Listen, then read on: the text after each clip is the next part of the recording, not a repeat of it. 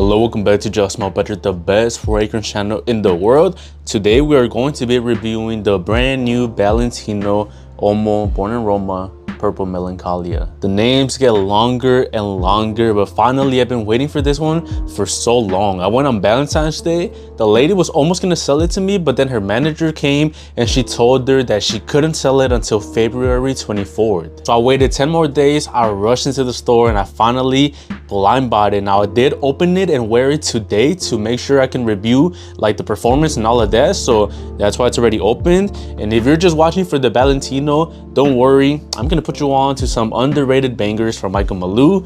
We are going to be opening Sangria+Embers and Sangria Plus Saffron. I'm gonna do this in the same video because I cannot yap about one fragrance for around 20 minutes like Jen Sense. I will run out of things to say, so without further ado, man, let's start reviewing the brand new Valentino.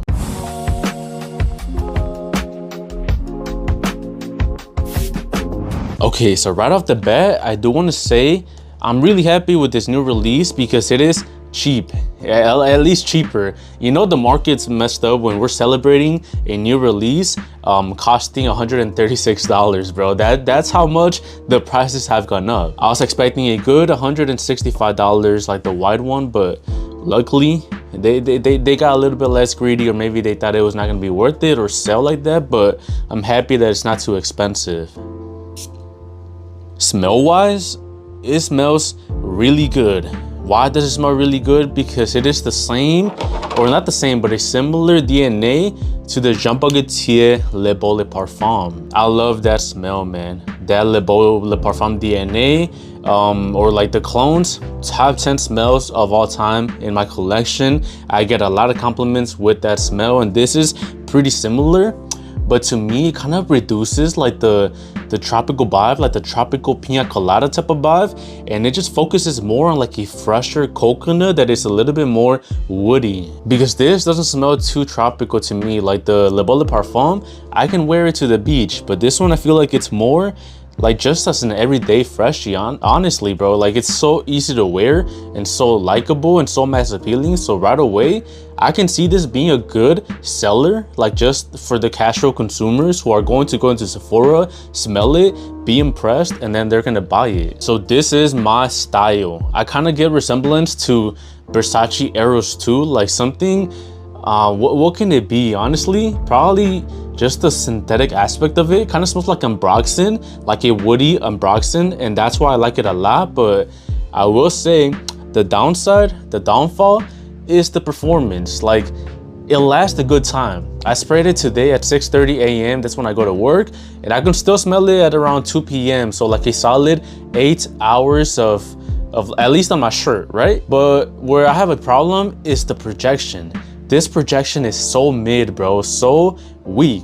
Like not even moderate projection. This is weak projection. I literally had to like grab my shirt and sniff it. You have to sniff your shirt to smell this cologne, bro. Like you need to get your girl to hug you for her to like smell your cologne. You're not gonna pass anyone and they're gonna get a whiff and they're gonna compliment you. It's not gonna happen. So that is where the eau de toilette reputation, the bad reputation, comes into play. So I'm kind of 50-50 with this new Valentino. Obviously the bottle is beautiful, always props for that, but the fact that it doesn't like project like crazy can be a problem for a lot of people. For me, I don't really mind this, since, you know, like I don't really like bee smoked fragrances that choke the whole room out. Kind of just want to smell good for me and my girl, you know, like when she hugs me. So I don't mind that at all, but I feel like a lot of people are not gonna like that aspect, and they're gonna feel like they wasted their $136. And another problem that a lot of people are gonna have is if they already own Le Beau Le Parfum. It can be a little bit redundant. Even though it's a little bit different, it can be redundant to own another coconut heavy cologne. Or like if you own Kalash Island or Rasasi Hawass, Malibu, you could honestly just survive with those and not even worry about this one. So for that reason, the fact that it's not unique and it doesn't project, it's gonna get like a mid rating, a little bit above average, just because I am personally a fan of this smell. So I'm gonna give it like a 6 out of 10. A little bit disappointed with the performance, how like not boring, but like how many other alternatives there is out there already. But one thing is for sure, this thing is mass appealing. If people somehow get a whiff of you, they will compliment you, hopefully, because it does smell pretty good. But 50-50, sample it, go to store, do not blind buy, see how you enjoy it. I like it, but not too much. You see, that didn't take very long, bro. Like Jen Sense would probably still be showing you just the presentation and you would be in the 10-minute mark already, bro. I don't know how he talks about one cologne for like 20 minutes straight. Like, that's some next level yapping, and it requires a lot of talent. But next, I want to show you guys these underrated gems from Michael Malul. We got Sangria Plus Embers. I did smell this in the House of Dubai in Chicago, and I was gonna buy it, but they didn't have it in stock. So now I have it. Let's review it. These two are probably gonna be my last Michael Malul's that I buy for a while. And by the way, I'm not sponsored. Someone asked like if I got contact with Michael Malul, or like why am I buying so many of them? Trust me, bro, I wish I had contact with the guy that makes this brand, because imagine like the connections. But no, I really just want to dig into this brand. I feel like I rarely focus a lot of my attention into a brand, and I kind of just jump around. But we are in the Michael Malul era. It is about to end, so these are the final two. And we got this beautiful bottle. This is unisex, so be careful about that if you like your really masculine colognes. This smells really good, man. Smells really fruity. Like if you see the bottle, it kind of reminds you of like wine, like squished up grapes or like a pomegranate. That's kind of what it smells like, bro. It smells a little bit like dark, woody, and like acidy, like citrusy, but not like a orange or like a lime. It smells more like a cherry pomegranate type of fruit. I don't know if you guys know what sangria is. Honestly, I don't even know exactly what it is, but I remember my family used to have like a bottle of it. It's not alcoholic. You can make your own drinks with it, and we would make it with like 7-Up or Square. So this maybe just brings childhood memories to me, but I find it really interesting. Like what other cologne is just straight up gonna say that it smells like sangria? You know what I mean? Like one of those unique colognes that you kind of just stumble upon and you kind of make it your own. You know, you kind of make it your own hidden gem and you don't tell anyone about it. So maybe like a rose, a raspberry, woody scent. I do like it, man. Like a 6.5, honestly, for how unique it is.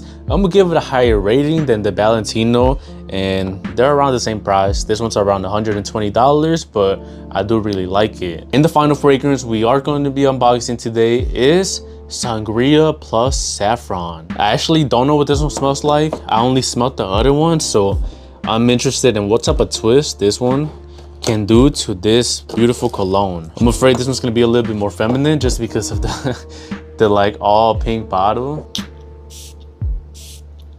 Ooh, okay. This one smells a little bit more interesting.